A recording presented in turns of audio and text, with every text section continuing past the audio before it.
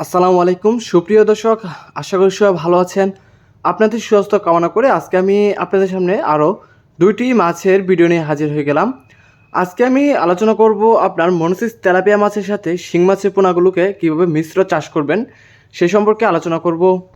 তো প্রিয় খামারি ভাইরা, মনোসিস তেলাপিয়া সাধারণত হাইব্রিড প্রজাতির। এই মাছগুলোকে আমরা কৃত্রিম প্রয়োজন করে হরমোন কমপ্লিট করানোর পর আমরা এগুলোকে আপনার মনোসিস তেলাপিয়া হিসাবে রূপান্তরিত করেছি। তো সম্মানিত দর্শক, আপনার একটি মনোসিস তেলাপিয়া মাছের পোনা আর একটি আপনার গিফট তেলাপিয়া মাছের পোনার মধ্যে পার্থক্য হলো যে আপনার মনোসিস তেলাপিয়া মাছের পোনাগুলো আপনার গিফট তেলাপিয়ার থেকে আপনার 2 থেকে 3 গুণ বেশি আপনার গ্রোথ বেশি হবে। তো সম্মানিত দর্শক, আপনারা যখন আপনার মনোসিস তেলাপিয়া মাছের পোনা ক্রয় করবেন, অর্থাৎ যখন মাছের নার্সিং করানোর পর যখন মাছগুলো আপনার 50 পিসে 100 পিসে কেজি চলে আসবে, তখন আপনি সাথে শিং মাছ দিয়ে দিবেন। শিং মাছ পুকুরের পরিত্যক্ত খাবার খেয়ে এরা সাধারণত জীবন ধারণ করে থাকবে। যেমন তেলাপিয়া মাছগুলো যে মলমূত্রগুলো ত্যাগ করবে, ওই মলমূত্রগুলো খেয়ে আপনার এই শিং মাছের পোনাগুলো আপনার বড় হয়ে থাকবে। এতে আপনার শিং মাছকে কোনো এক্সট্রা খাবার দিতে হবে না। তো সম্মানিত দর্শক, আপনারা যদি 250 থেকে 300 পিস পোনা প্রতি শতকে মনোসিস তেলাপিয়া মাছের পোনা আপনার কালচারিংয়ে দেন, সেক্ষেত্রে আপনার 200 থেকে 250 পিস পোনা আপনার প্রতি শতাংশে আপনার শিং মাছের ক্ষেত্রে দিতে হবে। তো এইখানে আরেকটা কথা হইলো যে আপনার এই শিং মাছ আর তেলাপিয়া মাছ যখন মিশ্রভাবে চাষ করবেন, সেক্ষেত্রে সবসময় যে বিষয়টা খেয়াল রাখবেন যাতে করে কোনো প্রকারেই আপনার এই মাছগুলোর ঘনত্ব বেশি না হয়ে যায়। যদি দেখা গেছে যে আপনার শিং মাছের ঘনত্ব বেশি হয়ে গেছে বা আপনার তেলাপিয়া মাছের ঘনত্ব বেশি হয়ে গেছে, তাহলে আপনার দেখা যাবে যে মাছগুলো বড় হবে না, 2টা থেকে একটা মাছও বড় হবে না।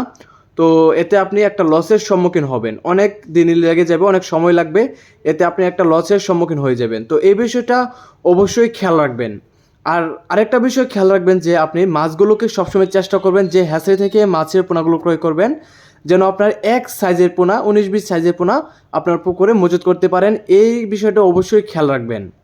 কারণ এই বিষয়টা আমি ক্লিয়ার করে দিই, যেহেতু বললাম যে আপনারা যদি আপনার ছোটো বড় সাইজের পোনা আপনার কালচারিংয়ের ক্ষেত্রে দেন, সেক্ষেত্রে দেখা যাবে যে আপনার মাছগুলো আপনার হয়ে যাবে, একটা বড় একটা ছোটো হয়ে যাবে। এতে করে দেখা যাবে যে আপনার ছোটোগুলো ছোটোই থেকে যাবে, এমনকি আপনার একটা আরেকটার উপর অ্যাটাক করে ফেলবে যখন আপনার খাদ্যগুলো ঠিকমতো পাবে না।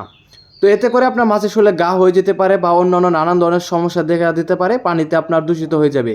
তো এই বিষয়টা অবশ্যই খেয়াল রাখবেন। তো এই বিষয়টা খেয়াল রেখে তারপর আপনার মাছের পোনাগুলো ক্রয় করার চেষ্টা করবেন ইনশাল্লাহ।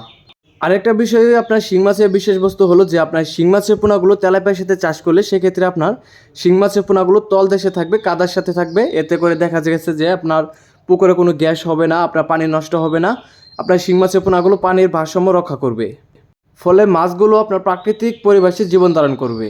তো সম্মানিত দর্শক, আপনারা যারা এই মাছের পোনাগুলো ক্রয় করতে চাচ্ছেন তারা অবশ্যই ফোনে যোগাযোগ করবেন। আজকে ভিডিওটি এ পর্যন্তই। আসসালামু আলাইকুম।